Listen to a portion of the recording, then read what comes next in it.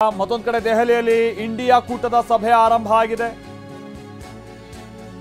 ಮಲ್ಲಿಕಾರ್ಜುನ ಖರ್ಗೆ ನಿವಾಸದಲ್ಲಿ ಮಹತ್ವದ ಮೀಟಿಂಗ್ ಶುರು ಆಗ್ತಾ ಇದೆ. ಇಂಡಿ ಒಕ್ಕೂಟದ ನಾಯಕರುಗಳು ಡಿಎಂಕೆ ನಾಯಕ ಸ್ಟಾಲಿನ್, ತೇಜಸ್ವಿ ಯಾದವ್, ಅಖಿಲೇಶ್ ಯಾದವ್, ಶರದ್ ಪವಾರ್ ಅಂದ್ರೆ ಶರದ್ ಪವಾರ್ ಎನ್ಸಿಪಿಯ ಶರದ್ ಪವಾರ್ ಬಣಕ್ಕೆ ಸಂಬಂಧಪಟ್ಟಾಗೆ ಶರದ್ ಪವಾರ್, ಶಿವಸೇನೆಗೆ ಸಂಬಂಧಪಟ್ಟ ಹಾಗೆ ನೋಡ್ಬೇಕಿದೆ ಉದ್ಧವ್ ಠಾಕ್ರೆ ಅವರು ಬಂದಿದ್ದಾರೋ ಅಥವಾ ಸಂಜಯ್ ರಾವತ್ ಅವರನ್ನು ಕಳಿಸ್ಕೊಟ್ಟಿದ್ದಾರೋ ಅಂತ. ಚಂಪಾಯಿ ಸೊರೇನ್, ಹೇಮಂತ್ ಸೊರೇನ್ ಅವ್ರ ಪತ್ನಿ ಕಲ್ಪನಾ ಸೊರೇನ್ ಹಾಗೆ ಒಕ್ಕೂಟದ ನಾಯಕರುಗಳೆಲ್ಲ ಭಾಗಿಯಾಗಿದ್ದಾರೆ. ಇಂಡಿಯಾ ಒಕ್ಕೂಟದ ಸರ್ಕಾರ ರಚನೆ ಮಾಡುವಂತ ನಿಟ್ಟಿನಲ್ಲಿ ಚರ್ಚೆ ಆಗ್ತಾ ಇದೆ ಅನ್ನುವಂಥ ಸಂಗತಿ ತಿಳಿದು ಬರ್ತಾ ಇದೆ.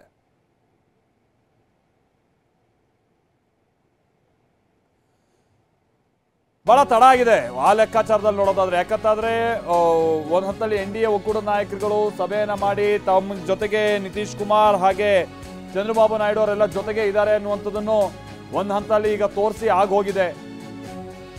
ಟಿಡಿಪಿ ಹಾಗೆ ಜೆಡಿಯುಗೆ ರಾಹುಲ್ ಗಾಂಧಿ ಆಹ್ವಾನ ಕೊಡ್ಬೋದಾ ಅಂತ ಚಾನ್ಸಸ್ ಇದೆ. ಇಬ್ಬರಿಗೂ ರಾಹುಲ್ ಗಾಂಧಿ ಆಫರ್ ನೀಡುವಂತ ಸುಳಿವನ್ನ ಕೂಡ ನೀಡಿದ್ದಾರೆ.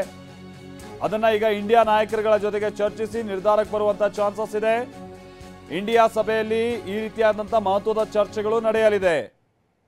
ಸೊ ಇಂಡಿಯಾ ಒಕ್ಕೂಟಕ್ಕೆ ಸಂಬಂಧಪಟ್ಟಾಗಿನ ಚರ್ಚೆಯಲ್ಲಿ ಸಹಜವಾಗಿ ಈ ಇಬ್ಬರು ನಾಯಕರುಗಳನ್ನ ಸೆಳೆದ್ರೆ ಸರ್ಕಾರ ರಚನೆ ಮಾಡುವಂತ ನಿಟ್ಟಿನಲ್ಲಿ ಅನುಕೂಲ ಆಗುತ್ತೆ ಅಂತೇಳಿ.